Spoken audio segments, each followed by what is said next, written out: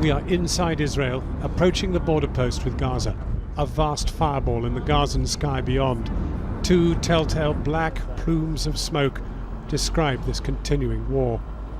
A Gazan bus has been procured to ferry us in. An Israeli ceasefire too. It lasts for 20 minutes. Utter emptiness. No humans, 2 donkeys, 1 dead man. On both sides of the road, an endless succession of wrecked buildings. Still the streets are deserted, the bombs and missiles stilled to let us through. Handfuls of people do come out onto the streets, and in town more, braving this terrifying rainfall of bombs and missiles. High up from our hotel, we look down on the stilled fishing boats and the wrecked iron shed where the first of the footballing boys was killed as he played. The beach where the other 3 died. It's part of the unseen devastation of Gaza, because since that incident in which the boys died last week, no one has walked upon this beach. No one dares.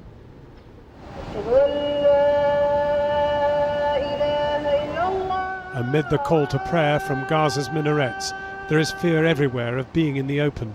The assumption is that anyone on the street must be a terrorist, which takes us to Shifa hospital.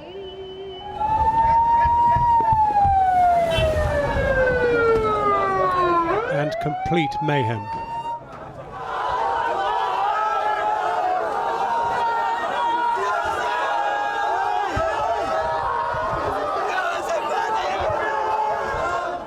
The agony of the worst of discovery.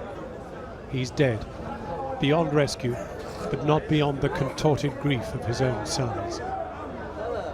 The next is still alive, but in deepest shock. The Norwegian emergency doctor who tends him is Dr. Mads Gilbert. It's okay. It's okay. This is a very brutal situation. And how many casualties have you dealt with in the last 24 hours yourself? Can you tell? Can you think? We had one family last night, an apartment building that was hit by F-16 rockets right close to Shifa.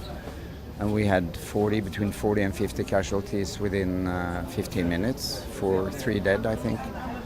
And this is a very large family system. By the way, the same family who lost the 4 boys playing soccer on the beach. And now a boy, also in deep shock, vomiting continuously after witnessing 2 huge explosions at very close quarters. Okay. I can understand that. But I think he's okay, and I think that the vomit can be part of the stress.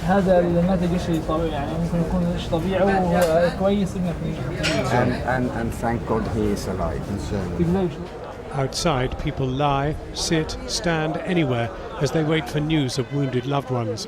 On the lawn, a straggle of families, and then at the far end of the complex, the queues to identify the dead, blown to pieces in this strangled strip by a 21st century force. Hamas's officer class far below both risk and people, in deep bunkers, staying there until Israel calls a halt. Until then, so very many more are set to die, and with what legacy of despair and hopelessness.